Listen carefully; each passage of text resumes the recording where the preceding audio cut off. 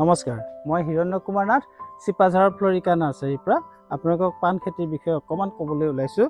এয়া হ'ল আমাৰ চিপাঝাৰৰ ফ্লৰিকা নাৰ্চাৰীৰ পাণ খেতি। চাওক, এইবিলাক পাণ খেতি এতিয়া অসম তথা উত্তৰ পূৰ্বাঞ্চলৰ বিভিন্ন ঠাইৰ মানুহে আহি প্ৰত্যেক দেওবাৰে এদিনীয়া প্ৰশিক্ষণ গ্ৰহণ কৰে। দুপৰীয়া খোৱা লোৱাৰ ব্যৱস্থা থাকে।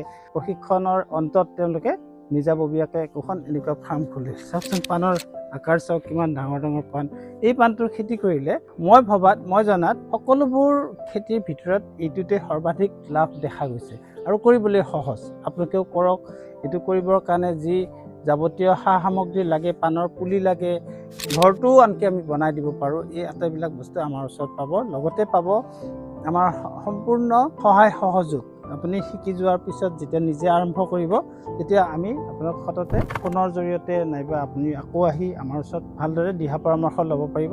লগতে প্ৰতিটো খোজতে আমি আছোঁ আৰু আমি দেখিছোঁ যে এইটোৰ দ্বাৰা মানুহ বহুত লাভৱান হৈছে। গতিকে মই অভিভাৱকসকলকো অনুৰোধ জনাইছোঁ যে আপোনালোকে আপোনালোকৰ ল'ৰা ছোৱালী, ভতিজাই হওক, সম্পৰ্কীয় কোনোবাই হওক, তেওঁলোক যদি নিবনুৱা হৈ আছে, এই সহজ কামটো দিয়ক। একঠা নালাগে, আধা কথা নালাগে, মাত্ৰ 1000 বৰ্গফুট মাটিতে আৰম্ভ কৰক। কম পইচাত হ'ব, একেবাৰে কম মূলধনত হ'ব আৰু আপুনি বহুতখিনি লাভৱান হ'ব পাৰিব। মাত্ৰ 6 মাহতে পাণ ছিঙিব পৰা হয়।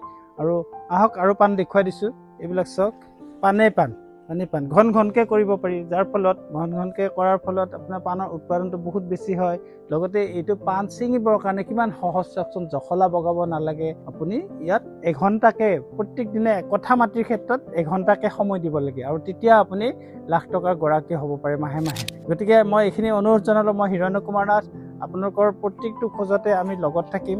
যিসকল নিবনুৱাই চাকৰি বিচাৰি ফুৰিছে, বহিৰাজ্যত গৈ সাধাৰণ চাকৰি কৰি সময়বিলাক নষ্ট কৰিছে, তেওঁলোক আহক, আমি সহায় কৰিম। কেৰেলা চুৰাটলৈ যাব নালাগে, বাংগাৰলৈ যাব নালাগে, ইয়াতে ধন আছে। কৰিব জানিলে ইয়াতে ধন আছে। আপোনালোক আহক, এটা দিন খৰচ কৰক, মাত্ৰ এটা দিন খৰচ কৰক। চিপাঝাৰৰ ফ্লৰিকা নাৰ্চাৰীলৈ আহক, আমি আপোনাৰ জীৱনৰ গতি সলনি কৰি দিব পাৰিম।